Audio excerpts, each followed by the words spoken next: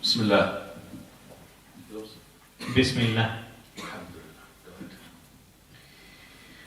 Tonight is 20th of Jumadil Ula 1439. We are starting chapter 54 of Kitab Tawheed, explained by Shaykh Uthaymeen rahimahullah. Chapter 54, title, Do Not Say My Slave and My Amad.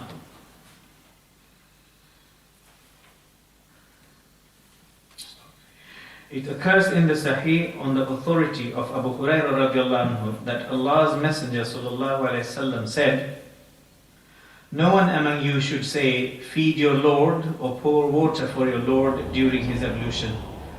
He should rather say, My Master and my Guardian. And no one among you should say, My slave and my amad. And he should rather say, My lad and my lass and my boy. بسم الله الرحمن الرحيم الحمد لله رب العالمين والصلاة والسلام على أشرف المرسلين وعلى آله وصحبه أجمعين وعلى من تبع هداهم إلى يوم الدين. The chapter 54, the author says the chapter not to say. So already the rule is not to say. So it is not allowed according to what the author he believes. That is not to say Abdi wa Amati. That means the person who owns a slave, he should not say Abdi, my slave, Amati, my female slave. So Amati means female slave. Abdi means male slave, and Amati means female slave. And the link of this chapter to the title, which is Kitab Tawheed, the link of this chapter to the book, is actually to make sure that we do not mix these words with the words that we say to our Almighty Allah subhanahu wa ta'ala. So it's actually, there's a link between between these words and the rububiyyah of the Almighty Azza wa Jal. And that is the link. And the scholars had two opinions regarding this issue. That is, one say it is allowed, it's not allowed totally, and one say it is disliked. That means prohibition, or it is disliked. Now, coming to the hadith, which says, that is in Sahih, and here we said that there is no principle for the author. Does he mean Sahih Bukhari, Sahih Muslim, or both of them? But the Prophet sallallahu alayhi wa alihi wa sallam, he said, لا يقل أحدكم, one of you should not say, أطعم ربك, that is, feed your Lord, وضئ ربك, make wudu to your Lord. Either this is a third party saying to the slave, feed your Lord, feed your, or make ablution for your Lord, or the person who is the master is saying to his slave, come on, wash or make wudu for your Lord, which is myself, and give food to your Lord, which is myself. Do you understand that? So the master is saying to his slave, feed your Lord, which is myself.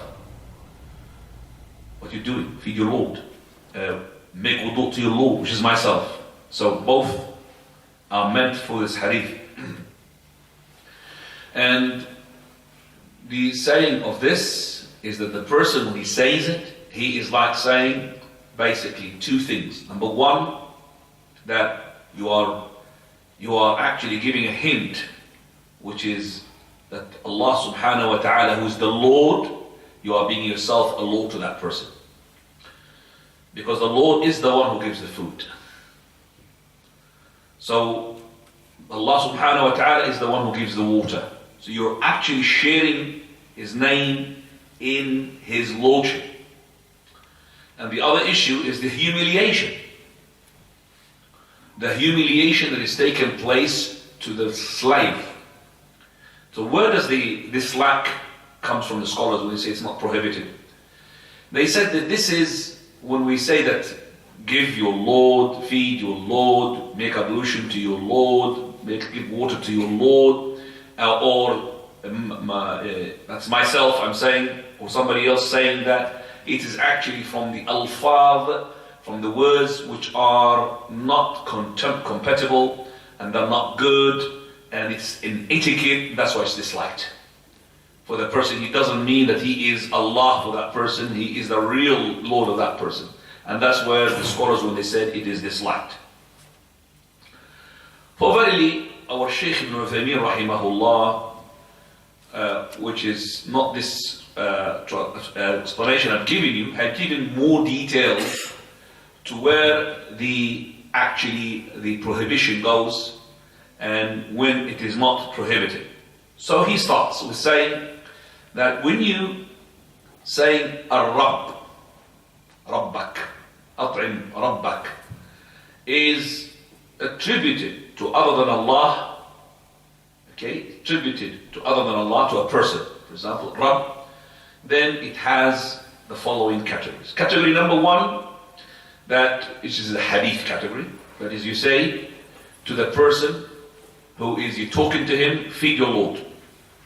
And that is prohibited or disliked according to what we have explained to you, because it contains two things. That is, first of all, it may indicate you are sharing with the Lordship of Allah the Almighty Subhanahu wa Ta'ala, even though that you don't mean it, but this is from the etiquette in using the words. And the second issue is that you are making the slave to feel humiliated. The second category, so that's the first category, is that the attributing of the Rabb to somebody who is not there and absent, and this is no problem. For the Prophet ﷺ, he said in the hadith regarding the signs of the day of resurrection, that from the signs, and تَلِدَ الْأَمَةُ رَبَّهَا or رَبَّتَهَا, that the woman, she would give birth to Rabbaha. Rabbaha means her Rabb, her Lord. Her Lord here, her master. So the mother, she will give birth to somebody who is going to be slaverizing her, if you understand. She's going to become the slave, and the son or the daughter becomes what? Master. And that is a different interpretation for this meaning of this. Either it is going to be lots of conquests of the land. So we'll find, for example, a booty woman, she gives birth to somebody who's going to be later on free man, and he will be her what? Her master. That's another interpretation of this. Or it could be that another interpretation, lots of undutifulness, uquq. So the mother will give birth to somebody who will start yell at her and shout at her and use her as a slave. That's two meanings for this. So it's going to be used as too many conquests in the land, and that's why we'll have lots of booty. So that when we capture women, she becomes a slave and she gives birth to her master, the free, who becomes a free man, and he's going to be a master. So this, we have no problem to say this. And we have as well the hadith of the luqata. Luqata, where the Prophet ﷺ, he had said, if you find gold or silver in something, then make sure that you remember the bag of it, you remember how it is. So obviously pounds, what notes are they, 5 pounds or 10 pounds? Or if it's gold, then you will know that how does it look like, what bag it was in, and then you keep it until the person who comes, who asks for it. But if you find a dalla means the camel which is lost. There's no such thing called camel lost. For camel, it's got its water with it, its food with it. So what's wrong with you? Where are you taking it? So you leave it there because the Lord of it, it says, God, the Lord of it will come. So you leave it until the Lord of it come and find it. So you have no such thing that I found a lost camel. Camels are always like wandering the desert. So they have their food and they have everything. So there's no such thing camel which is lost. So this hadith mentions حَتَّى يَجِدَهَا رَبُّهَا, until Rabbuha means her Lord. That means her owner. So if you're attributing the Rabb to other than Allah in the form of somebody who's absent, no problem about that. The third category is that the person himself talks about the person who is his Lord, his master. So he says, this is my Lord. He is my Lord. هذا ربي. Is that permissible or not? For verily, Shaykh ibn Uthaymeen rahimahullah, he says, and he's inclined to say that it is permissible. But actually it is not. It is permissible because he mentions Yusuf alayhi salam in the surah when he says, إِنَّهُ رَبِّي أَحْسَنَ مَثْوَيْ. That is when he talked about when the wife of Al-Aziz, she tried to seduce him and he said, no way. مَعَذَ اللَّهِ. I seek refuge in Allah, how can I do that? إِنَّهُ رَبِّي. For verily he is my Lord. He looked after me. Here is my Lord. It's two interpretation. Interpretation, which is the one that most of the Mufassirun, they say, which is that he's his master, that means the husband of the wife who had called him to seduce him. So that is where the scholars have said, he said, Innahu Rabbi, so no problem to say, Rabbi, my Lord, my master. And the other tafsir, which is that, my Rabbi, that is my Allah Azza wa Jal. Allah subhanahu wa ta'ala is the one who looked after me, how can I betray him by doing fornication? If it is the second, then there's no problem, but if it's the first, there's here the word Rabbi, so it's being used. But actually, we have taught you a number of times that the principles or the Sharia of the ones before us is not our Sharia. For verily, if it's going to be our Sharia, if it's coincide with our Sharia, it's our Sharia. So we don't say شرع من قبلنا شرع لنا ما لم يخالف شرعنا. No, we say شرع من قبلنا ليس شرعا لنا. شرع من قبلنا, whatever is before us is not for us. Because before it was, for example, it is permissible for the person to prostrate to another person. At the time of Yusuf alayhi salam, they prostrated. The father and the mother and all the sons, all of them prostrated to Yusuf alayhi salam. So that prostration was for respect. Well, not anymore. Prophet Allah prohibited that. So the hadith also, which is clear in this matter, which is in Sunan Abi Dawud, number in 4975, that he said, وَلَا يَقُولَنَّ الْمَمْلُوكُ رَبِّي, and the person should not say Rabbi. And that's clear cut in the Prophet. وَلَا يَقُولَنَّ الْمَمْلُوكُ رَبِّي وَرَبَّتِي, but let him say Sayyidi wa Sayyidati.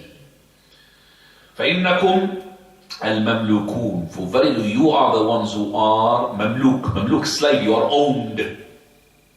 You are owned. You're not the master, you are owned. وَالرَّبُّ اللَّهُ عَزَّ وَجَلَّ, and the Lord, Rabb, is Allah. So don't say Rabbi.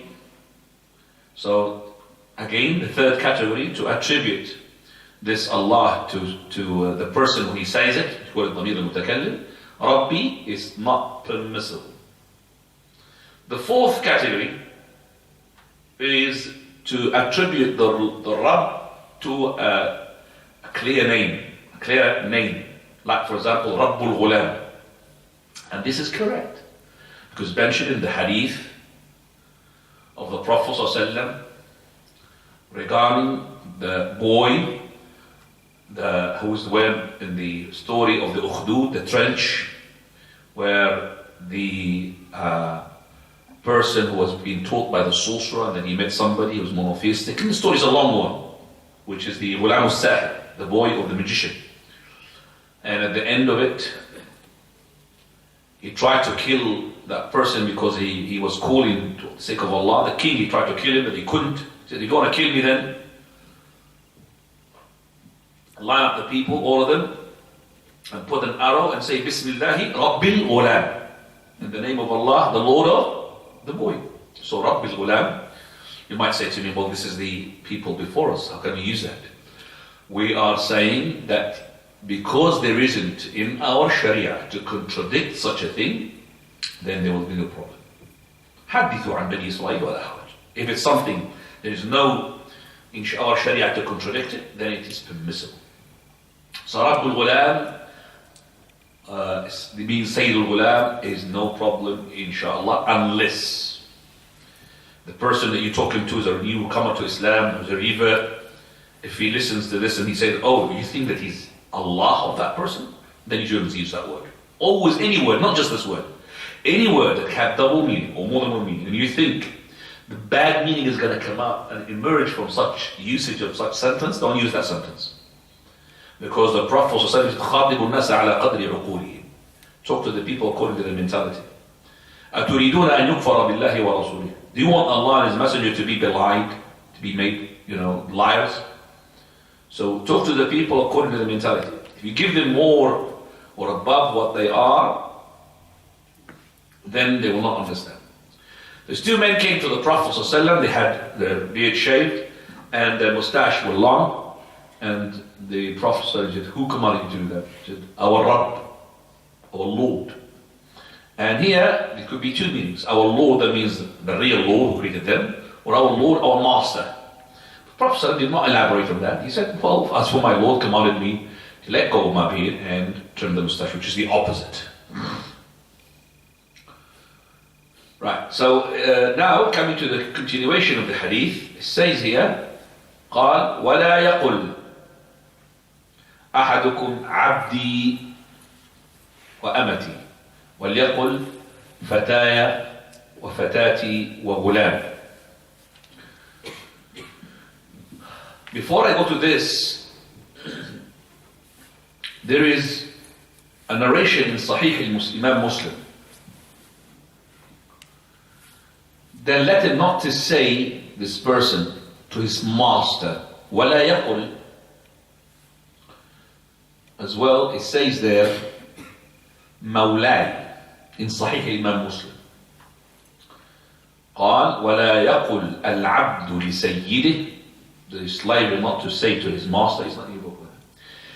لَا يَقُلْ الْعَبْدُ لِسَيِّدِهِ, that is, مولاي, my master.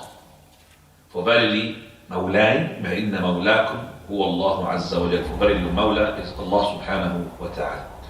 This is shadda, according to Shaykh al-Albani, and he narrates it in Silsila Sahiha 803, where he says that this addition is shadda, even though it's authentic in its chain of narrators, but it contradicts the authentic narrations which are more authentic, like this one, because it says here, let the person to say Sayyidi wa Mawlai. Let him say what? Sayyidi ma Mawlai. And Mawlai is less in power than Sayyidi. Sayyidi means my master. Mawlai means also the one who is in charge of my affairs. That's the best word to translate it. Mawlai, the one who is in charge of my affairs. Mawlai. So here this hadith in Sahih Muslim does not say Mawlai. And that is why we see some people that say, for example, when they speak to their kings, they say Mawlai. Oh, look at these people, our governments come, they call him Mawlai. No, it's halal, because you have no knowledge. That's why. You didn't know that Mawlai is here in this hadith, which is authentic, it's in Sahih al-Bukhari. Let him say Mawlai. As for the Sahih Muslim, we say don't say Mawlai, that is not authentic. So if you knew that knowledge, you will not start talking about those scholars who call their sheikhs, for example. I'm talking about the ones in Saudi Arabia. Mawlai. Mawlai means the one who's in charge of my affairs. And even Mawlai is less powerful than Sayyid. And if the Prophet allowed for us to say Sayyidi, my master, is allowed to say that, but he did not say to you to say Rabbi. Don't say Rabbi. Say what? Sayyidi. If you have heard somebody say to his master Rabbi, my body will shiver. My body will shiver. Rabbi means what? My God. But Sayyidi. So you could say Sayyidi wa Mawlai, no problem about that. Because the hadith says, وَلْيَقُلْ Sayyidi wa Mawlai.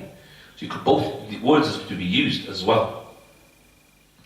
So to give the title Mawla is less than giving the title of Sayyid, and both are to be no problem to use them for your master. And here, your master doesn't mean you're a slave. He could be your boss. He could be your king. You speak to him in a proper way. You don't say, for example, if it's kunya, Abu Muhammad. You can't say Abu Muhammad. He's a king here. So you say Mawlai, Sayyid, to know to talk to these people. It is from the etiquettes. Say, yeah, Sayyidi Mawlai, you're one who's in charge of my affairs. The one we are giving you the pledge. So, Prophet ﷺ, he said, when he was said, you are the Sayyid, You are the Sayyid. He said, As-Sayyidu fi sama. The Sayyid fi sama. So, how can we arbitrate to this? Another hadith which says, Prophet ﷺ, he said, Ana Sayyidu waladi Adam. I'm the Sayyid of the son of Adam. How can we arbitrate between this? We say that the person who came to the Prophet ﷺ said, you are the Sayyid. He understood from him a hint that he's making him like what? Equal to God. That's why he said, no. The Sayyid in the Sama. He didn't say, don't say Sayyid, I'm Sayyid. But remember, the Sayyid is what? In the Sama. He didn't say to him, don't say Sayyid. But say that the Sayyid is in the heaven. For verily, the hadith that I mentioned, in Sunan Abi Dawud said, لا يقولن المملوك ربي وربتي. The person who's been slave or somebody who's under the somebody, don't say to a person, Rabbi or Rabbati, but let him say, Sayyidi and wa Sayyidati. Your master could be what? A lady. And from this, we need to talk as well about another issue, which our Shaykh al-Uthaymeen talked about. He said that some of the people, they say, As-Sayyida. And the Shaykh al-Uthaymeen may be talking about those people who are trying to make the Sayyida, the lady, equal to the man. But would have liked if you had added, no problem to use Sayyida for those who are Sayyidat. We could say As-Sayyida Aisha, radiyallahu anha. Because Fatima, she's a Sayyida. Sayyidatu Nisa'i al-Mu'mineen. Sayyidatu Nisa'i Hadi al-Ummah. The hadith of the Prophet sallallahu. O Fatima, you are the Sayyida of the women of the believers. And this hadith also says, وَلْيَقُلْ سَيِّدِي وَسَيِّدَتِي. Let him say, my Sayyid and my Sayyidati. But those, I wouldn't call it liberated-minded, they are called slave-minded. This is the word I lost it yesterday. You remember? Was it yesterday when I lost that word? I don't know, I lost the word. This is one of the words that I want to make the person to make sure that you understand that it's wrongly used. Like you remember shaving, we said shaving, not clean shaven. Brainwash, what do you mean brainwash? You polluted brains, not washed, because washed is being clean. And the third one, we said conquest, you remember? Conquer. Yes? The repossession, we said conquer. And this one, which one? I just now said it. The last one. You're going to lose it again now. Well, what did I say? Slave liberated. They said, the person who is, they say that you are his liberal. I don't call them liberal, I call them slaves. We are the liberals. Do you understand that? Think about it properly. We are the one who liberated our mind. They are not liberals, they are slaves to their whims and desires. Another word added. Do you understand? Liberal means, that means they are saying that you are not liberal, you're a slave to your... No, we are the liberals. We've got freedom of thought. You are a slave to your whims and desires. I am the one who's liberated. I think, why do you think that in that channel? No.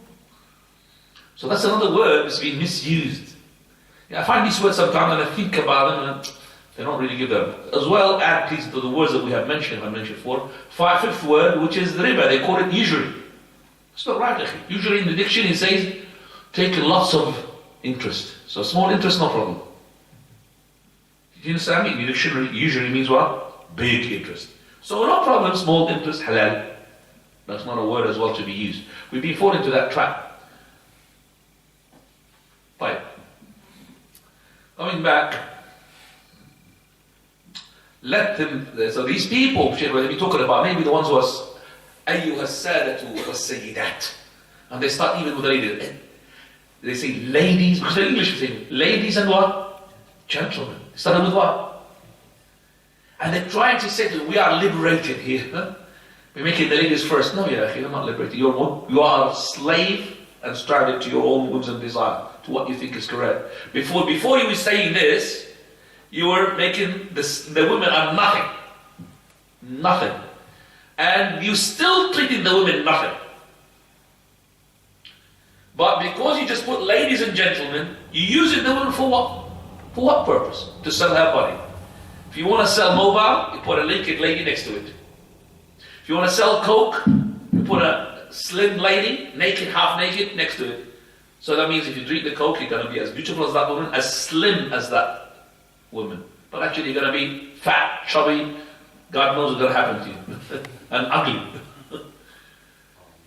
So all of this is being misused. The women for us, they're human beings. They're not people or tools we use them to sell our goods with. They're not like that cheap.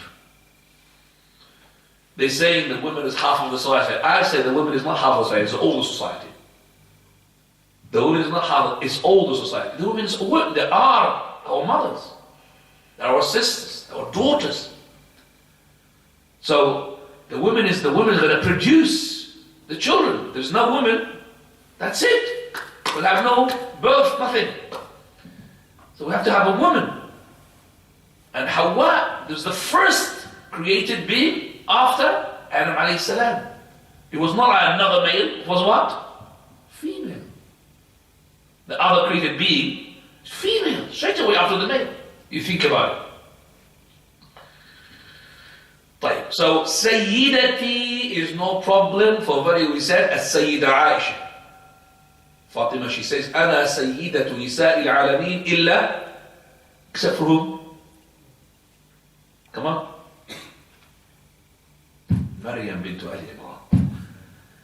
Maryam, and that is why Aisha, she was comparing herself, not just Fatima, to the women. She said, the Prophet of Allah, they came to me, and the Prophet of Allah, he died in my lap. Prophet of Allah, my salam, Mr. Salam, and Prophet of Allah, Jibreel used to come while I was underneath with the quilt with the Prophet of Allah. No other women had. She was boasting, except the one that she can't boast about is what? Maryam. Maryam bint Ali Imran, the mother of Isa alayhi salam. So Fatima says, I am the master of the women, of all the Ummah's women, except for Maryam bint Ali Imran, mother of Isa alayhi salam.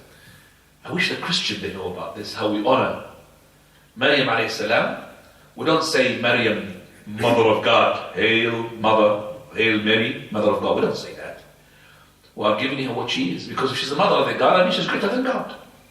The one who gives birth to God, in logic, he's more powerful than God. Okay, so we don't say that, and that's by the way, it's not all the Christian groups and sects they say that, dominions, but some of the Christians, like the Catholic, I think, the Catholic, they say that is right or no? Are we Catholic here? Revert Catholic here? No. They say, Ahmed, who are you? Were you a Muslim before? Oh, so you come from a Muslim background. Where are you from? I don't need to be. But where are you from before? I was Catholic or what? Church of England? Yeah, Christian. You don't know anything. The Catholic they are the ones who have been labelled by other Christian dominions to be Ahlul Bid'ah. They're Mubtadi'ah. Yeah, no, Bid'ah. They have innovations, the innovators. Ahlul Bid'ah. And the ones who are the orthodox are the ones who call them like the Salafis of their deen. The one goes to the origin. Do you understand me? That's what they say. So, for example, they call us Orthodox Muslims. That's for the Christian these are the Orthodox Muslims. I mean, they're sticking to the origin source. Fine, coming back. So the Sayyida will explain it. Now the Prophet said, وَلَا يَقُلْ أَحَدُكُمْ عَبْدِي وَأَمَتِي. Not to say as well, you عَبْدِي وَأَمَتِي. وَلْيَقُلْ فَتَاهِ. Don't say my slave. Don't say my female slave. But say what? Fataya, my boy. Fatati, my girl. Ghulami, my boy. Jariyati, my girl. So I'm going to add to that hadith as well. وَجَارِيَتِي. Another narration says, وَجَارِيَتِي. Let me just tell you the hadith from the Prophet ﷺ. It's in Silsila Sahiha 2041. كُلُّ نَفْسٍ مِّن بَنِي آدَمْ سَيِّد. Look at that. Every single soul produced by Adam ﷺ is a Sayyid. Sayyid, master. فَالرَّجُلُ سَيِّدُ أَهْلَهِ. The man, he is the master of his family. وَالْمَرْأَةُ سَيِّدَةٌ فِي بَيْتِهَا. أو سَيِّدَةُ بَيْتَهَا. أو بيتها. And the woman, she is Sayyidatu بيتها. That is, she is the master woman of her house. So she's a Musayyida. And that's the sister Sahih Shaykh Al-Albani 2041.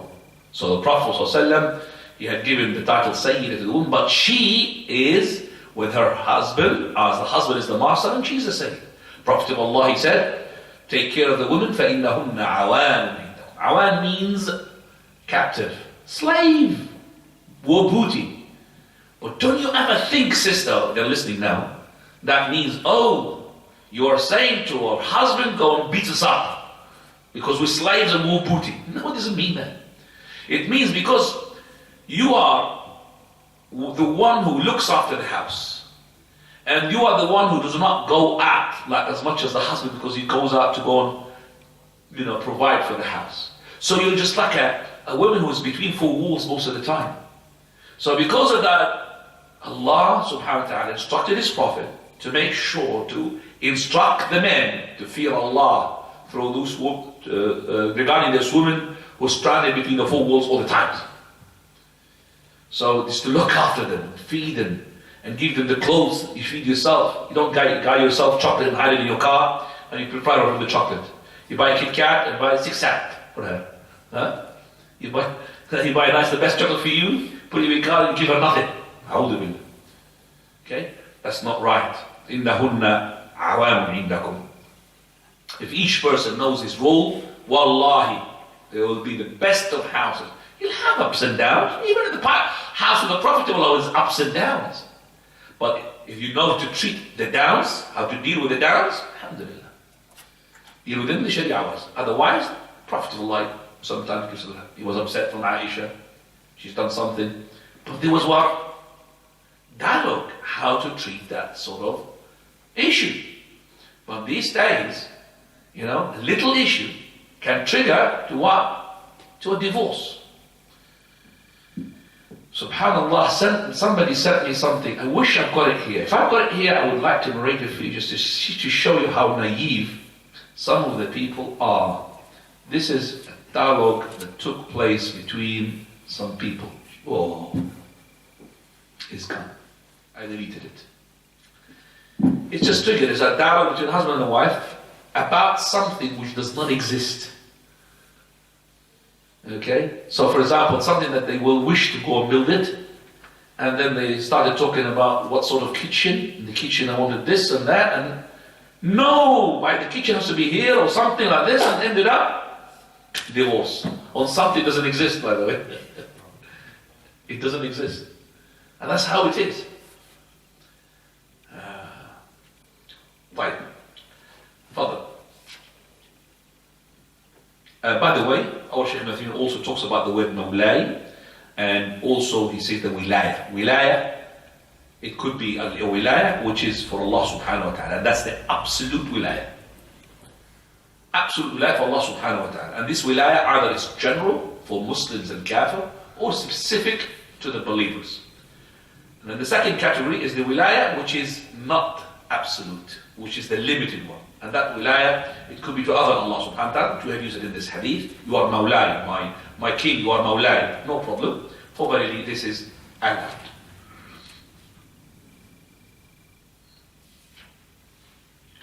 You could gain from this hadith as well, that how the Prophet ﷺ had gave you an alternative. Don't say this, but say that.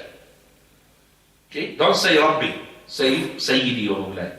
Don't say Abdi wa Amati, but say what?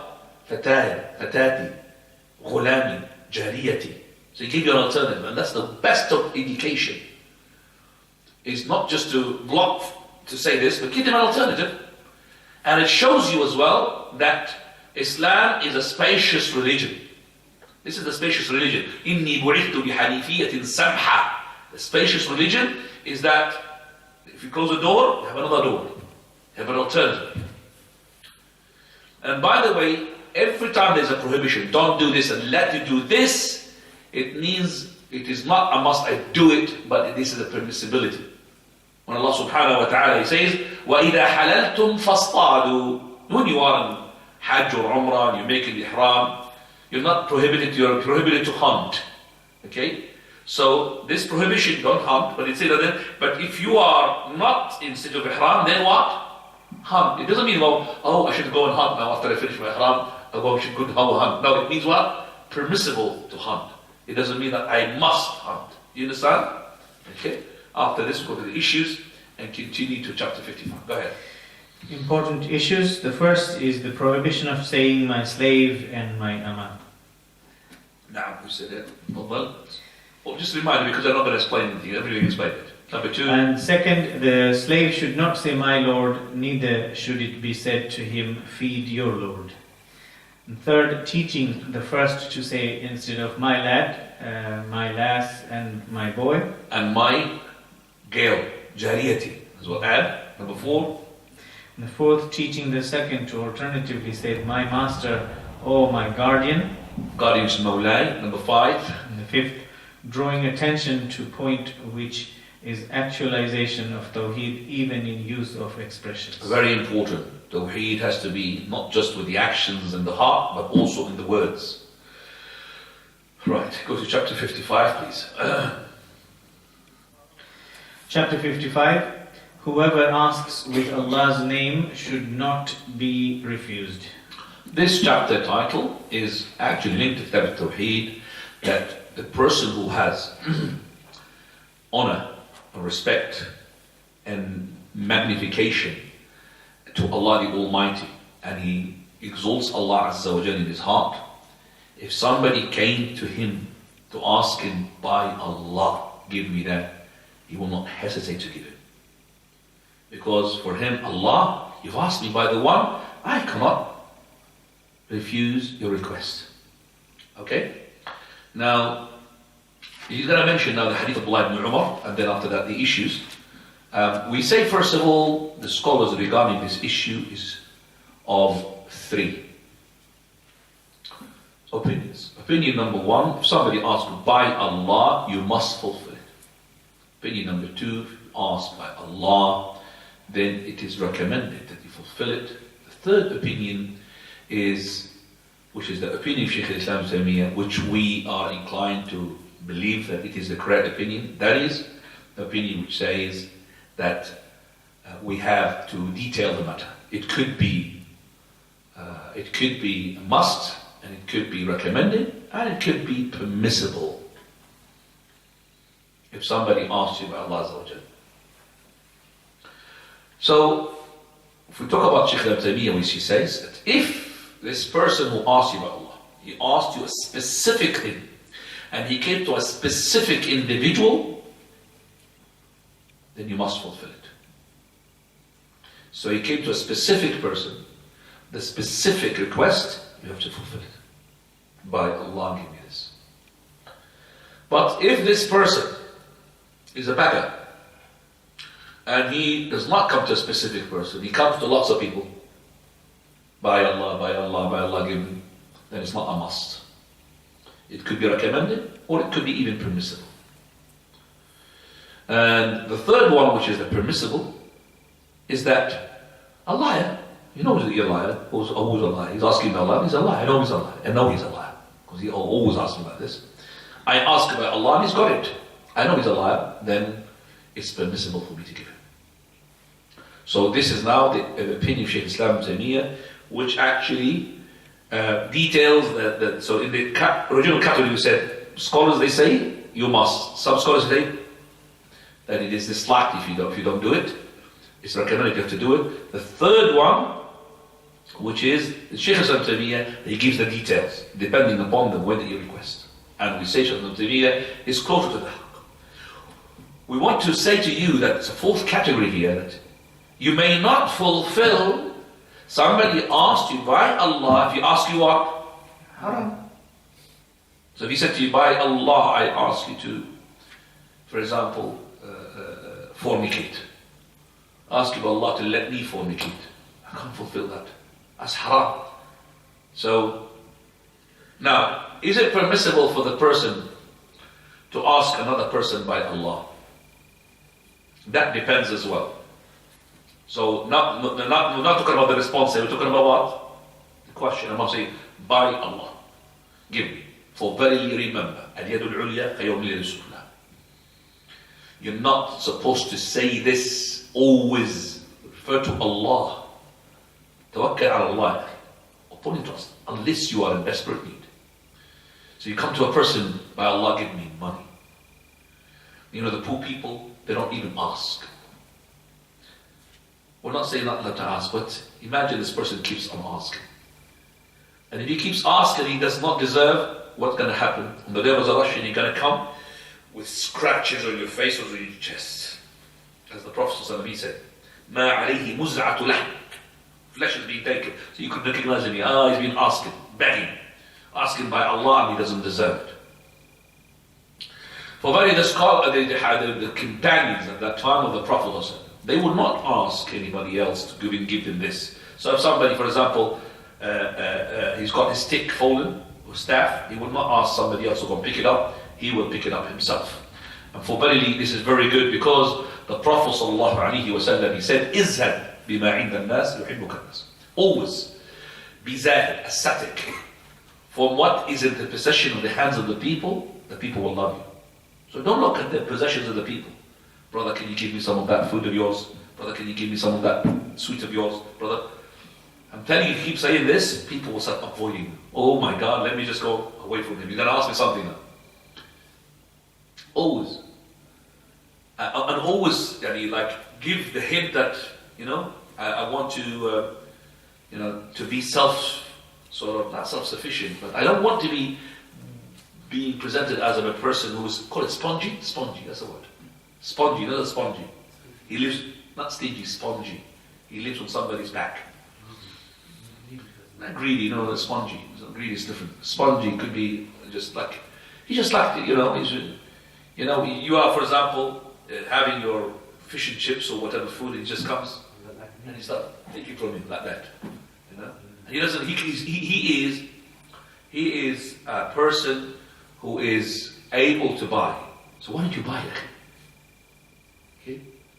The person will not be able to eat, brother. But if you're gonna deal like this, that person will try to buy his fish and chips later on away from you. Some people like that. So if somebody invited you, invite him back.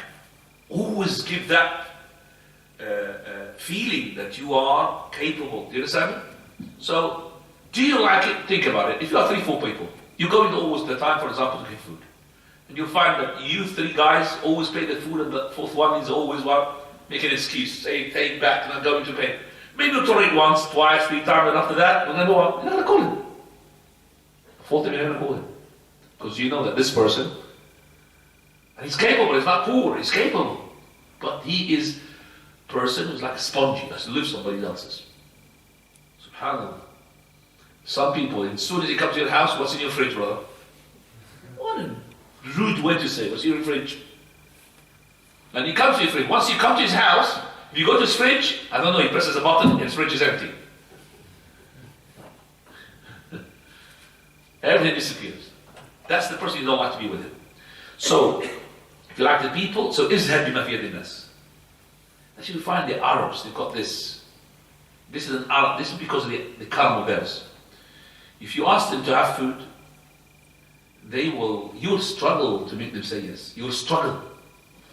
Whereas I'm not belittling other communities, but if you ask others which are not being taught karam, brother come, yes, I will come, brother. Straight away. Okay, he'll ask you this time, but next time I'm going to ask you. So, you have to say, for example, maybe he's asking you because he's shy of you. So to make sure that he is correctly asking you, he's not really asking you because he feels shy. If he doesn't ask you, he feels as if, you understand me? So you have to have some sort of this thing. And also when they give for example, let's say for example, they're going 4 people to give the money. Okay?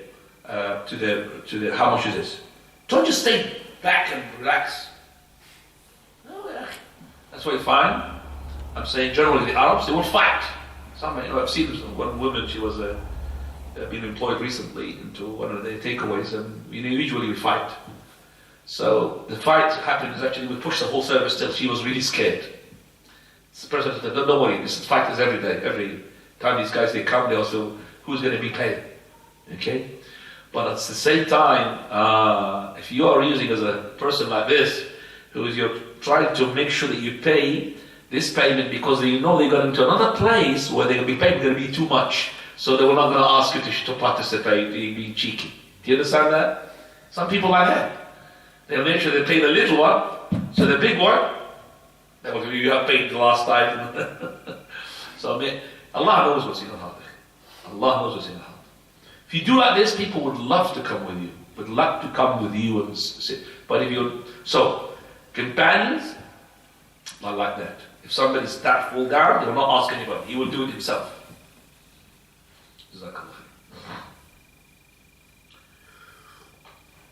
Look, anybody of you who is in it who would like to drink from the pot the Prophet drank from, yes? But I'm going to show you what happened at the time of the Prophet when he had made his marriage with Aisha. So, he's now trying to cuddle Aisha at the beginning. The woman there, still there. So he asked for milk. So, he drank from the milk. He gave her to drink. He drank from the milk after her. And he said to them, drink. Look at the response of those Arab women. They said, they don't have any, appetite for it. But actually what? Not just the appetite, they want to drink behind the Prophet of Allah. But because this, they didn't say, yes, okay, give it to us. They said, no. And the Prophet said, لا تجمعنا جوعا وكذبا. Don't combine two things, which is hungriness and lying. Hungriness, you're hungry and you're lying, you said we don't have an appetite. What do you mean this is milk? So they started to drink from it and they used to follow where the spot where the Prophet drank from to take the barakah, the messenger of Allah. So in this, we say that the person is had فيما عند الناس في ملك الناس. Be ascetic on what in the hands of the possession of the people will love you. And is that بما في عند Allah, as also these things that Allah is giving you the luxury, don't use it so much, Allah would love you as well. Fine. We say that the person, he should not be asking unless it is a necessity. And that's what we say, the link between it and the chapter title. In Silsila Sahih of Shaykh al-Albani, in the Hadith 255 of Shaykh al-Albani Silsila, he says, the Prophet ﷺ, he said, أَلَا أُخْبِرُكُمْ بِخَيْرِ النَّاسِ مَنْزِلَةً. Shall I inform you of the best people in terms of rank-wise? That means, he's the best of the people on the day of resurrection, the best of the people in this dunya. He said, yes, Messenger of Allah, tell us. He said, رَجُلٌ مُمْسِكٌ بِرَأْسِ فَرَسِهِ. A person who is holding the tether of his horse, فِي سَبِيلِ اللَّهِ, in jihad, حَتَّى يَمُوتَ الْمُقْتَلِ, until he dies, or he will be killed as a martyr in the battle. Then he said, shall I tell you about the person who is next to him, and he's below him? He said, yes, Messenger of Allah.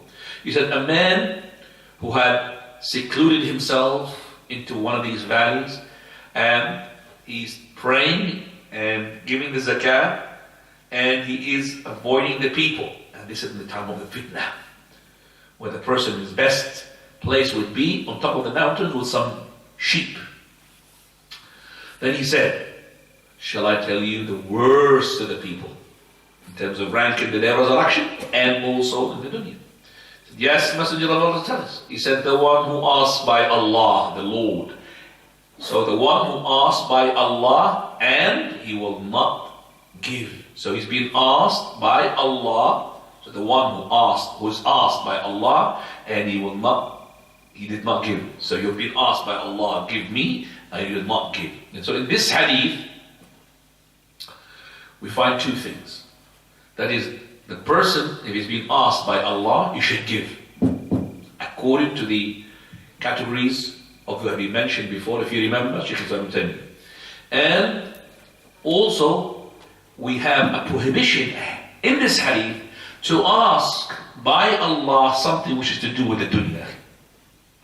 Always ask Allah, by Allah, something to do with not the dunya. And this is going to be the following chapter. لا يسأل وجه الله إلا الجنة. Not to ask in the face of Allah, that is in Allah. Except for Jannah, that is anything to do with the Akhirah. And that is linked to the following chapter. Ata ibn Abi Rabah in Musannaf ibn Abi Shayba, he said, that is, it is being disliked to ask by the face of Allah or by the Quran anything from the matters of the dunya. So the face of Allah means by Allah or by the Quran anything from the dunya matters. Also we find Silsila Sahih 2290. Prophet of Allah said, Mal'oon is cursed, man yas'alu biwajhillah, who asks by the face of Allah. Mal'oon, man yus'alu biwajhillah, thumma mana'a sa'ilah. He is also cursed, the one who is being asked by the face of Allah, yet he prevented to give what is being asked. Ma lam yas'alhu hujra, unless he asked him something which is to boycott, something haram. So that is why Abu Burda ibn Abi Musa al-Ash'ari, he had used this as a proof against Yazid ibn al-Muhallab, that is the one who was being appointed to be in charge of Khurasan, and he wanted to make him and appoint him to be in charge of some of those provinces in Khurasan. When he asked by the face of Allah to be pardoned, when he asked, even the hadith, it says he's cursed, the one who asked by the face of Allah. So he asked by the face of Allah, but it's to do with something which is the akhirah, because he doesn't want to be in charge of a province and later on he will be questioned by the Lord subhanahu wa ta'ala. So that's what emphasize what Shaykh ibn Uthaymeen has said, rahimahullah, that the person should not ask, it is disliked to ask by Allah or the face of Allah unless you have a need, a proper need. And that's our opinion, the opinion of our Shaykh ibn Uthaymeen, rahmatullahi alayhi. Go to the hadith, please. Ibn Umar radiallahu anhuma said, Allah's Messenger sallallahu alayhi wasallam said, whoever asks by Allah's name, give him. Whoever seeks protection by Allah's name, grant him. And whoever invites you, accept the invitation. Whoever does any good to you, pay him back. If you find not what to pay back with, supplicate for him until you can note that you have paid him back. This hadith also insisted Shaykh al-Albani rahmatullah alayhi with further discussion of its sanad and its sahih in Silsila Sahih 254. The hadith says Abdullah ibn Umar, repeated both of them, him and his father, the Prophet said, who asks you by Allah, then give him, and he who had sought refuge in Allah, then give him refuge. The hadith also in Silsila Sahih 253, where Ibn Abbas, he said, the Prophet of Allah said, he who sought refuge in Allah, then give him refuge, and he who asks by the face of Allah, then give him. Now, as we said, if you ask by Allah something that he needs to ask him, not just to ask all the time like that. So if he asked, so we said, the question itself should not be for anything, it should be for something which is, you are in total need of it. And he says here, give him. Give him, you should give him. And if you sought refuge in Allah, somebody sought refuge in Allah, then give him refuge. For verily, Bintul Jun. Bintul Jun, or Jawn, she's a woman whom the Prophet of Allah got married to. And her name, Umaymah Bintul Nu'man ibn Sharahbil. Or her name is Asma Bintul Nu'man. Whether it is Umaymah or Asma, she came to the Prophet ﷺ as soon as he got married to her, and she came to see the Prophet of Allah. She said, A'udhu billahi mink. I seek refuge of Allah from you. Not from you as a prophet, from you as a husband. So the Prophet of Allah said, لَقَدْ عُذْتِ بِمَعَادٍ. لَقَدْ عُذْتِ بِمَعَادٍ. That is, you have sought refuge in somebody that you could seek refuge in. Or لَقَدْ عُذْتِ بِعَظِيمٍ, another narration. And that is, you seek refuge in somebody's great, that is Allah the Almighty. So go, ilhaqi bi-ahlik. Go to your family. It means you're divorced. So the Prophet of Allah did not consummate the marriage whatsoever. Did not even touch her. And she went back to her house. So, a woman, she could refuse. Prophet Allah never said that she's a kafir, didn't accept him as a husband. Okay? So, she went back to her family, has been divorced. So, this is what we gain from this. That if the person said to his wife, go back to your family, and he means it's divorce, it will count as what? As divorce. But if you said divorce, the explicit word that she's divorced, whether he's joking or he's not joking, the word will be implemented. طيب. And then he says, he who da'akum, calls you that means to an invitation, walima. Then respond to it. If it's a walima, not walima of the urs, which is the marriage, then the scholar they said, most of the scholars they said, it is recommended, it is not compulsory. If you ask me for food in a restaurant or a takeaway or whatever, then it is recommended for me to fulfill it, especially if he wants you to do that and he wants you to honor him. Or he just told you come to eat in the house of somebody, and you have, you could really, I would say, please that brother feelings because he wants you to come, especially if you are a student of knowledge and he wants you to come to your house, and you want to please him, you haven't got anything, time, or you've got nothing sort of, for example, important to do, it's better to fulfill that. But it's not a must. The must is only for the wedding. For very the Prophet of Allah, he said, شَرُّ الطَّعَامِ طَعَامُ الْوَلِيمَةِ. The most evil food is the food of the walima of the marriage. يُدْعَى إِلَيْهَا, that is the one which only the people who do not want it, which are rich, be called to it, and the one who is poor is supposed to be called to it, they are not being called. And then he said, and he who does not respond to that walima, then he is disobeying Abu al-Qasim, he is disobeying Allah and His Messenger. فَقَدْ عَصَى اللَّهَ وَرَسُولَهُ. So if somebody called you to a walima, you have to go, unless one of these conditions is not there. Condition number one, that the person who's calling you is an elevator. Person you should boycott him. Then we do not fulfill his call. A person who's calling you and there is something there which is haram, is music, is disaster mixing. That's another word as well to add to the sixth word. So we call it what? Free mixing. That's not a good word. What? Disaster mixing. It's a better word. Please can you just collect the word that we change? Disaster mixing. Not free mixing. Free means what? That means you are a slave as well. You mix. You don't mix. So we don't call it disaster mixing. Danger mixing, you could call it. Right.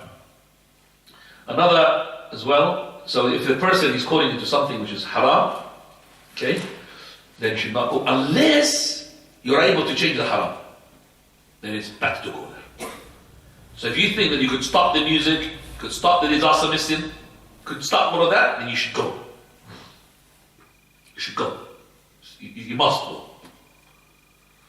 And also, that the person who's calling you is a Muslim. So if it is a wedding for a non-Muslim, you don't have to fulfill it. And usually the non-Muslim's wedding, not to say the wedding, but the Muslim, most of it is haram. So the non-Muslim wedding is going to be what? Duf. Right? Imagine a duf in the non-Muslim wedding. And they're going to say Prophet and Allah. They're not going to say that.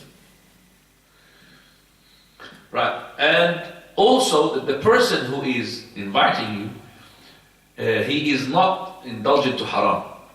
So if he's indulgent to haram and most of his work is haram, don't go there. I'm not saying haram, what is going to feed you haram. If it's khamr and all of that, swine, all of this, you don't go there, of course. But I'm talking about he's giving you halal food, but earned and bought by haram money. The more haram it is, the more prohibition for you not to go there. Should not go. Because it's haram. And it's not right. And we are doing it for the sake of teaching the person. Because when we don't go there, why is not coming there? Because you've got haram in you. Now, is it haram what I'm eating if I've eaten with that person who's earning his haram? Do you understand what I'm saying? So let's say that he needs his money out of riba. He's feeding me. Is that food is giving me haram? No, it is not haram. So there's two opinions. It says haram, it's not haram. Haram for him, but it's not haram for me. The reason behind this, if he's going to say it's haram, then if this person is going to come to you to buy from your shop, you're going to ask him, brother, is your money halal 100%? It's not halal, I can't take from you. Nobody is going to sell or buy. Nobody.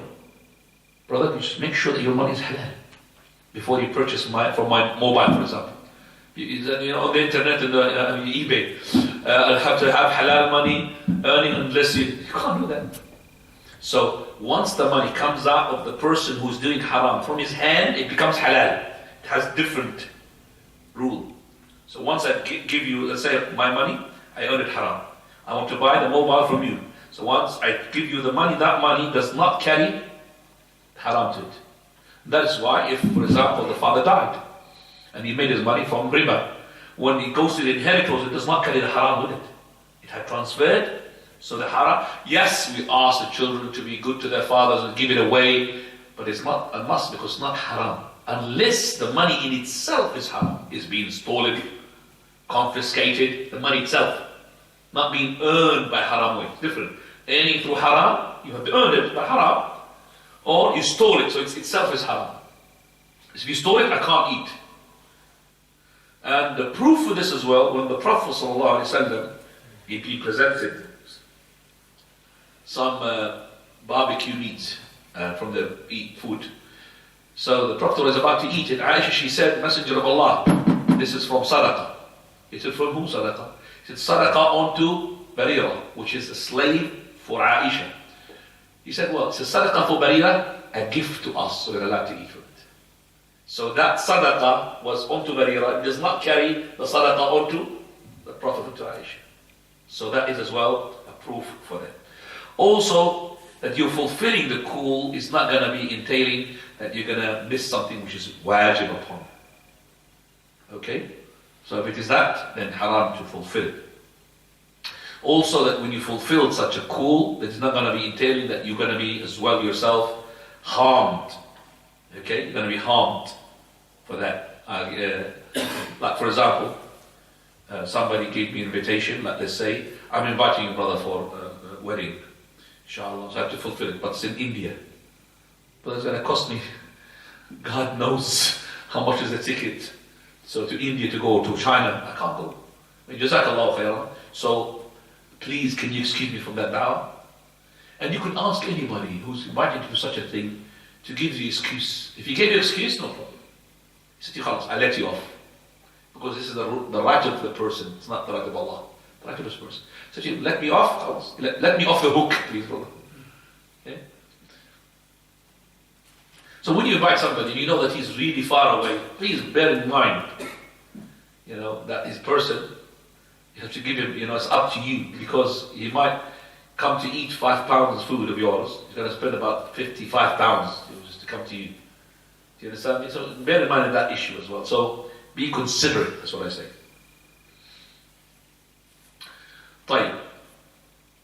Sheikh al-Uthaymeen talks about sending, wedding cards. Is a wedding card is considered to be an invitation? In terms of discussing whether it's an invitation or not, if it's been sent by a particular name, the name is on it, that's an invitation.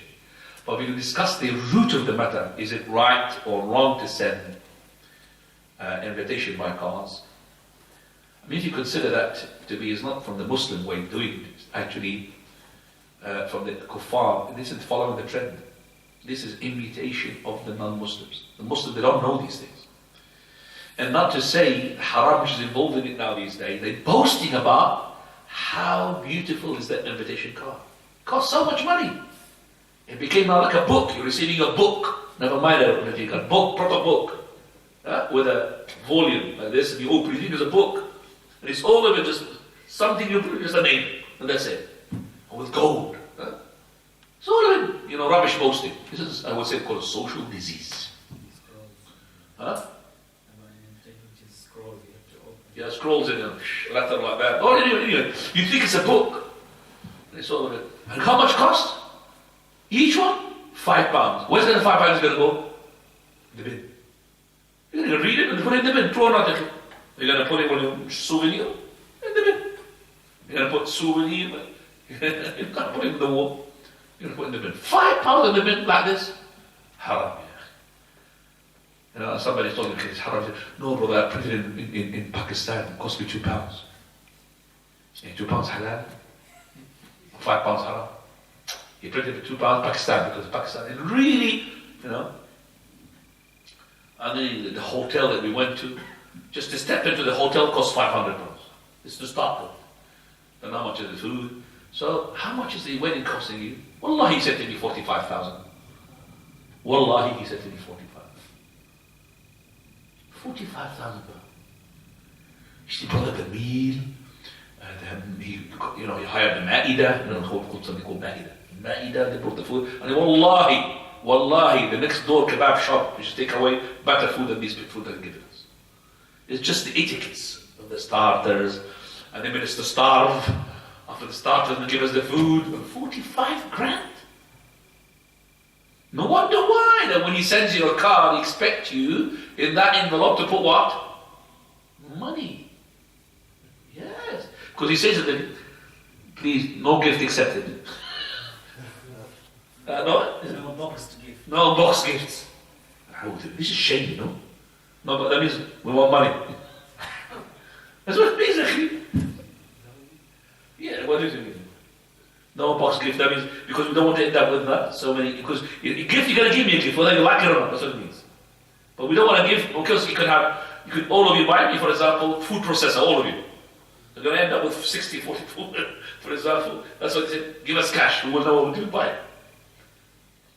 Wallahi, wallah, I'm talking in my country, came social disease, that the person when he receives a wedding card, wallahi, some of the parents, it's like the heart shock. He doesn't know what to do. He has to pretend that he's not in the country. Because if he goes there empty-handed, it's finished. That card of wedding, it means, your money please. That's what it means. And it's a debt. They write it down. Muhammad, he paid £50. Throw that outside. Yeah, Pakistani Jordan, you know what as well. Not just Pakistani. £50. So I gave you £50, Irfan. So if I get myself married, or my son, okay, and I send you the invitation card, you don't turn up, I will call you. Irfan, where's my £50? That's what happens, actually. Wallah, I've got to same thing. Disease. Same thing. He'll phone you, where's my £50? I feel pity for the person who keeps giving, he doesn't have got sons, to take back. I feel pity for that person. And they write, somebody who's the one who's receiving the shake of the hand, the shake of the hand, there's somebody what? Registered. True or not? Somebody in the book. Well, that's a disease here. I had witnessed married with Sheikh al-Alban. I witnessed married with the students of Sheikh al-Alban. I witnessed married. So one of the persons called Azad Khalid, the one who gave the worship of Sheikh al-Alban, rahmatullah, he stood up and he was a student of knowledge, he was a poor person. So he said, well, verily, we want to help this person. Everybody, pledge it. So they raised up a box, who said, give him money. Nobody knows who gave and who doesn't give. Just put the books. Not writing. We gave. Whatever he's got, wallah, he had, mashallah, lots of money, barakah. We gave. And that's it. You don't want to give something. That's it. So he gave to help the student knowledge. Because the Prophet of Allah, when he had made his marriage onto Zainab, radiallahu anha, what did the companions do? Some people brought the ghee, some people brought the dates, some people brought the... So they had put, the Prophet did not even did anything, nothing, no sheep, nothing. Just some akid. People brought it. And they put it on the mat, all they started eating. That's the wedding akid. But these days, Allah, as I said, it's a social disease. And that is why it is sharrul way. The Prophet said, the worst of the meal is the meal of the what? The marriage. Why? Because only the person who doesn't want to eat it, he will be invited. The rich man. And the one who's poor, they will never invite him. They don't want him. They want the rich man who pays, or he's got honor with him, so he brings the honor with him. And I'll tell you what, these weddings, I don't go to them. Because I can't change munkar, nor I could do anything, so I'll leave them. By this, come to the issues, please. The last bit of the hadith says, he who does you a good deed, work, then reward him. Yes, we reward him because we will encourage other people to make good deeds. So if I give you a good deed, you should reward me. If you can't have to reward back, if I give you a gift, you don't give it back, say Jazakallah khair. Jazakallah khair. And if I want to keep my edge onto you, I'll say to what? Wa iyyak. So you'll Jazakallah khair be replied by my gift still. And that is why Aisha, whenever she would say, send something to other people, she will tell her servant, go and see what they say to you. Whatever they say, reply. Barakallahu lak wa feek. So that she will be, my gift will be what? The upper. Otherwise he will give the same reward as you. He said, وَإِيَّاكَ خلاص, I repaid him. But now, when I said, وَإِيَّاكَ, I gave you Jazakallah khairan back, and still my gift is on the top. وَإِيَّاكَ. So when the person goes to the market, he said, we start the salam. Remember, he said to his slave, what do you do? You go to the market from the morning, you don't do anything. He said, you, person who doesn't understand anything, just for the salam. You don't understand anything. The one with the big ears, don't understand. We could have salam. So we say, Salamu alaikum. He said, wa alaikum as-salam. How much did I gain now? Yeah, so, Salamu alaikum. That's how many hasana? 10. And replied? 10. 20. Because I made him to reply. You said alaikum as-salam, you got your 10, but I got 20 because I need you to what? Reply. SubhanAllah. That's a profitable business with the Almighty Subhanahu wa Ta'ala. And by the way, when you send back, when you give back as well, you feel it as well. You feel honor. So you give somebody a gift, so you give him a gift back, that person will feel that I have been honored. But listen, brothers, at the same time here, don't cut the neck of your friend. Start giving him gifts that you feel like he's being humiliated. Do you understand me? So many gifts as well to the brother, and he can't give back. He feels sometimes those gifts are a sign of humiliation. So that's it. لا تقطعوا عنق صاحبكم. Prophet said, do not cut the neck of your relative, your friend.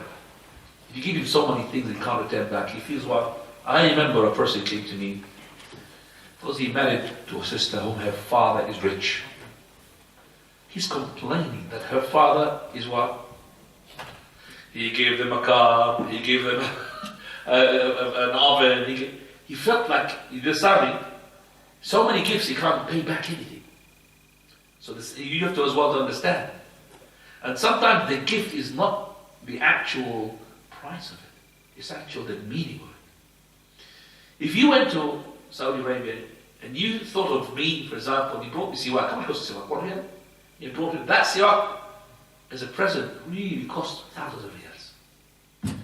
So it's the hadiyah is the meaning of it. It's not just to do with the cost of it. If I went to a country and I brought you something that you can't get in this country, it's cheap. You'd be so happy with it. So happy, even it's cheap. Jazakallahu khair. Gifts, very different. Somebody asked me for something because he can't get it from this country.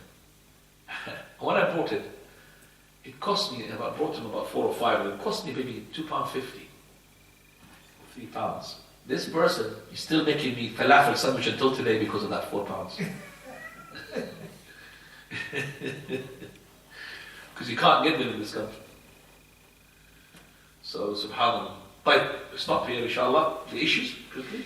First, giving protection to whoever asks for protection by Allah's name. The second, giving whoever asks by Allah's name. The third, accepting invitation. Fourth, reciprocating an act of kindness extended. And the fifth, supplication. Supplication forms a means of paying back for those who are unable to give back. And the sixth, is saying until you can note that you have paid them back. Jazakallah. Any questions, please? What we've heard. Fadal. Yes, Uncle's not here. Get it. Sheikh, if someone asks you by Allah, and you know if you fulfill that request, and you know if you fulfill that request, You look ill. You look really ill. You okay? Exactly. By the way, we didn't open the door today. The door was shut all the way around. Thank you very much. You have to say, Uncle, today we did not open the door at all. Thank you very much. You know why, Uncle? No. Because it's cold. If I can stay here, I will stay here. Yeah, but it's cold, Uncle. It's cold from the beginning. And I said to Dr. Saeed, it's not really warm today. He said because the temperature outside is really cold, it couldn't really compensate the heat for this. For me, it's very good, Uncle. This is the best, wallahi, class I've ever given tonight. I did not ask for the door to be opened. Yes, you have to ask the first question. If I can't believe, can I do it? Now, can you ask your question so you could, if you want to leave, you leave. Okay. Can I ask 2 questions off? You could ask 5 questions. 2 off topic. 2 off topic and 3 off topic, it doesn't matter. Anything that you want. Yeah. Surah Yusuf, Now. chapter 12, Now. Surah Yusuf, Surah chapter 12. Yes. verse 106. Yes. So the majority of the believers are Muslim. If you are sorry? The majority of the believers Yeah. are Muslim. You have to understand. No, the ayah says, وَمَا يُؤْمِنُ أَكْثَرُهُم بِاللَّهِ إِلَّا وَهُمْ مُشْرِكُونَ. Meaning that none of them would believe except that most of them are mushrik. That's the ayah. None of them would believe except they are mushrik. That means the person when he believes, the mushrik cannot be a mushrik unless he has a believer. How can he be mushrik? Until he what? Believes. Because if he does not believe, he's not a mushrik, he's an atheist. So he has to believe in something and then he will commit shirk. وَمَا يُؤْمِنُ أَكْثَرُهُم بِاللَّهِ إِلَّا وَهُمْ مُشْرِكُونَ. Does that solve the question, inshallah?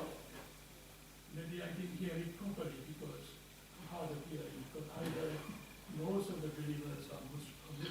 Okay, let me just read you the ayah, uncle, and translate it for you from the translation of the Quran itself. Okay? Right, the ayah that you're quoting is as follows.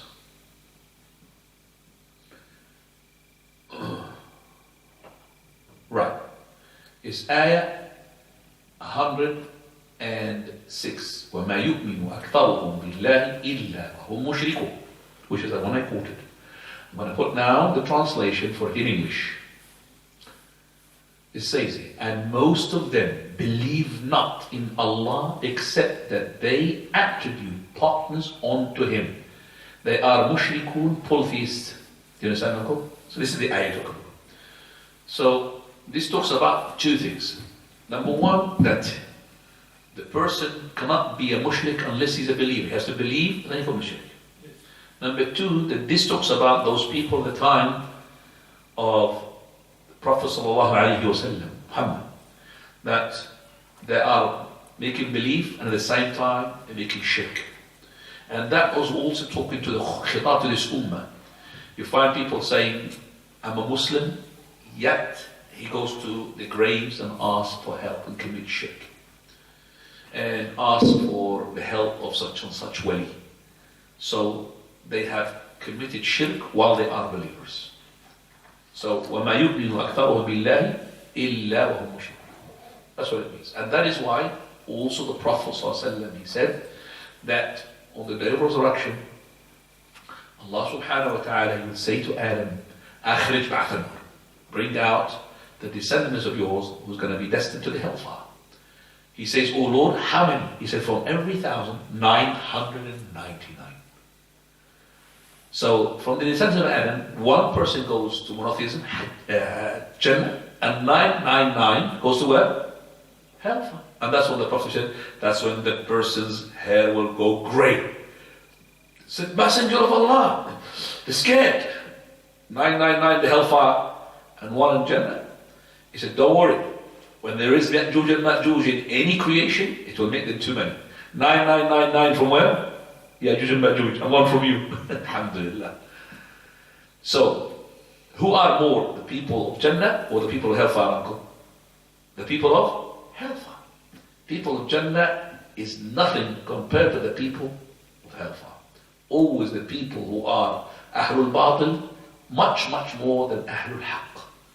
Ahlul Haqq, always the few people in any era or any prophethood, is always the few ones are the believers, and the majority are the disbelievers. When the Prophet ﷺ saw his vision, that a prophet, he was followed by a few, up to 10 people. Prophet followed by 2 people. Prophet followed by no one. Nobody believed in him. Okay? So, uncle, the people who are mushrikun are too many compared to the believers. And the Prophet ﷺ said at the end of the time, as well, Ummah Muhammad, the same thing. That is, قَالَ تَقُومُ السَّاعَةُ حَتَّى, that will not take place until تَطَّرِبَ أَلْيَاتُ نِسَاء دَوْسْ حَوْلَ ذِي الْخَلَصَ, that the backside of the women who belong to the tribe of the Yemeni tribe, Daws, tribe of Yemen, called Daws. Those women, their backside will start shaking around a god called Dhul Khalasa, an idol, a statue. And most of the people at the time of the day of resurrection, they're going to be kuffar. لا تقوم الساعة إلا على شرار الخلق. The hour will not take place until it's going to be only evil people around. Evil people includes kuffar, mushrikun, wicked, wretched people, no belief in their hearts. No. Inshallah, hopefully that made you understand that. Second the question, sorry. I heard on TV from a knowledgeable brother. He said that if you follow your whims and desires, you are actually committing a kind of shirk. If you follow your whims and desire, committing sort of shirk, yes, it will in general, uncle, the ma'asiyah, the sin, regardless how big or small it is, it's a type of shirk. Because you have made shirk in the sense of that you have made your whims and desire something that you are following beside Allah Azza wa Jal. Even though that shirk is below the minor shirk. It is not shirk asghar, but it's a type of shirk. But it's not considered to be shirk akbar or shirk asghar. It's actually one of those sins, but it's a type of shirk, as in you made the whims and desire something that you have given priority to follow onto Allah subhanahu wa ta'ala. Now, is that okay? So we must ask forgiveness. Of course you ask forgiveness, but it's not actually a person who fulfills his whims and desire. If he did, for example, sins which are small, they're called small sins. It's under the will of Allah. On the day of resurrection, maybe He will forgive him if he did not repent. Maybe He will forgive him from the first instance. Or maybe He will not forgive him and he will be punished for those sins, but he will go eventually to Jannah, inshallah. No. And I would say he will go to Jannah, not inshallah, definitely. Because Allah's pardoning. No. Yes, the uncle, I've just given you the go ahead because it's cold here. نعم تفضل يا عرفان.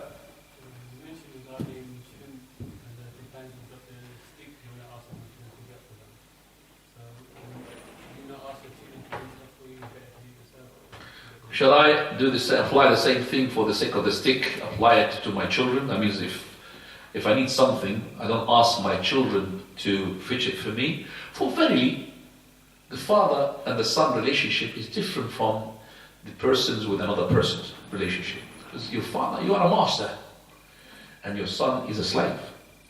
And the son is being commanded by the Almighty to fulfill his father's command straight away without any hesitation. Yesterday, I was talking about the rights of the parents and their children. And I've given about 26 facts regarding that issue. So, it's a different relationship. It's not really safe to say that it's better for me to depend upon myself and not to ask my son. No. Sometimes it's better for you to ask the son and to teach him to be disciplined to you. Okay? So, there's no such thing that the person we ask his son, he is making himself to be the lower hand. It's not nothing to do with this relationship. It's a relationship between like a master and a slave. So the master also is a slave. Do this and do that. And it is even better than the slave. This is a slave who should love you, even that you're asking him for something which is maybe he dislikes. And we said a number of times that the ta'ah, the being righteous and dutiful to your parents, and birr, is not to fulfill the command of your father or your mother in something that you like to do. But actually the birr is to fulfill the command of your father and your mother in something which you don't like to do. That's the birr. But you do them for the sake of Allah. For the sake of pleasing Allah, I want to please my parents, even though I don't like to do it. طيب. Now, any other question? Fadal. If someone made a group of people and you just giving them orders to do that, would that be similar to that? Somebody is giving you some orders. What is he, a boss or what? Yes. The boss, he should give you orders. Then the company has to give you order to do this and write this and write that. It's not conforming to this. Well, you're being paid money for that, isn't it? You're being paid money for that. So I'm an organizer. So this is my job, to make you do this and do that and watch upon you. It's no problem. So I will tell you that the best of the person's deeds is the one that he always, when Allah gives you something, you should really be perfecting that deed. You should do that. So I'm an organizer, and I'm the boss. How can I command you? I have to command you to do this and do that. And that's you get a pay for that.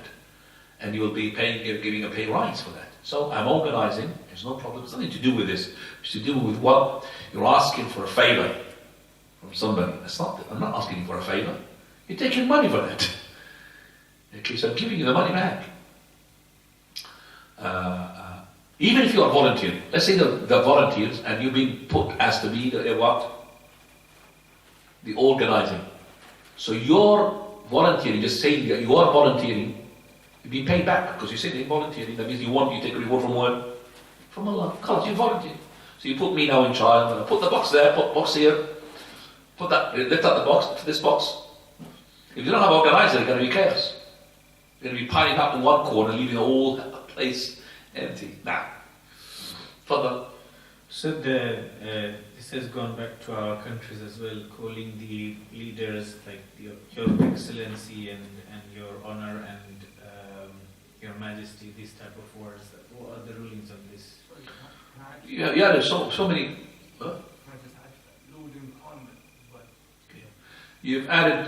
You've said so many words. So each word has got its own credentials and own as well weight. So we talked about, if you remember, Qadi al-Qudah, Malik al-Amlak. Remember? Shahin Shah. We talked about that before. And we said, if you said Qadi al-Qudah for such and such area, no problem.